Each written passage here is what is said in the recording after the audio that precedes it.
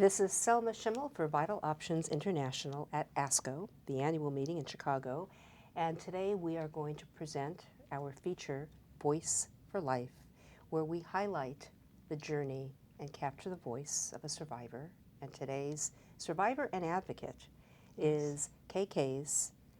Hi, Kay. Hi. Thank you for having me. I'm thrilled to have you because we're going to focus on your journey through pancreatic cancer and how you use your voice in so many different capacities to bring meaning to your experience and raise the bar of hope and research possibilities for others. Some people will ask me, why do you do this? And I say, why wouldn't I? Because we have very few faces and lesser voices.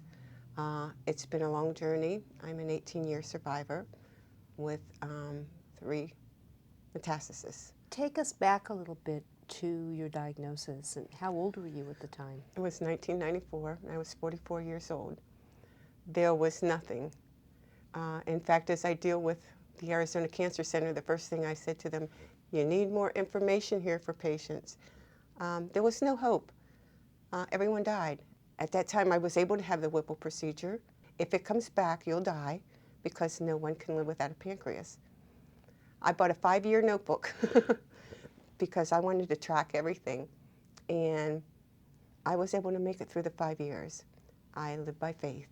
5 years it came back to my pancreas, and I was devastated. But you know, research moves on. And even though we haven't had very much of it, we have had some. And I was able to have my pancreas removed at that time, and my spleen, and had already had my gallbladder out.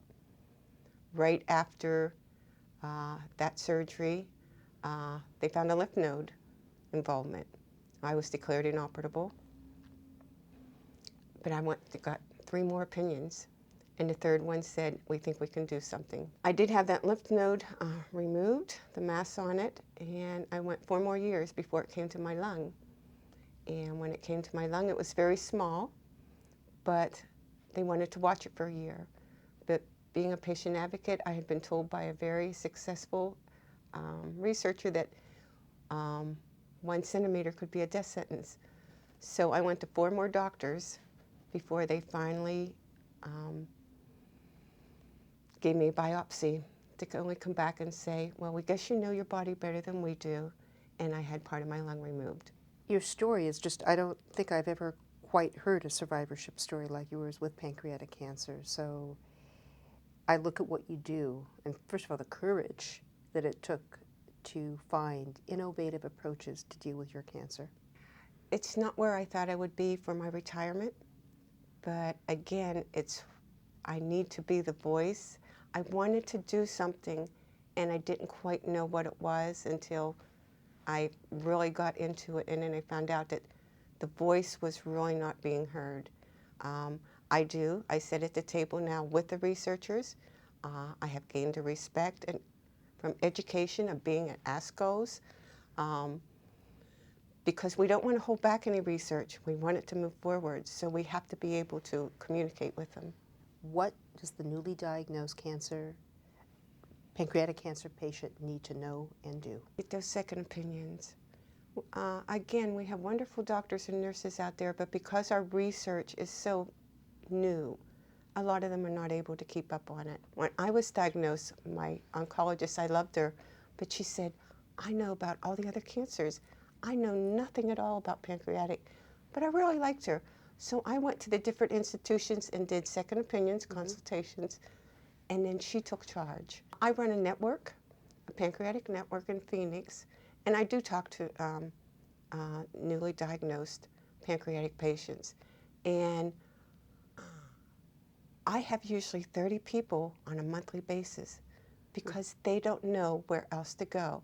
So again, I would say search out in your community of where there is a network.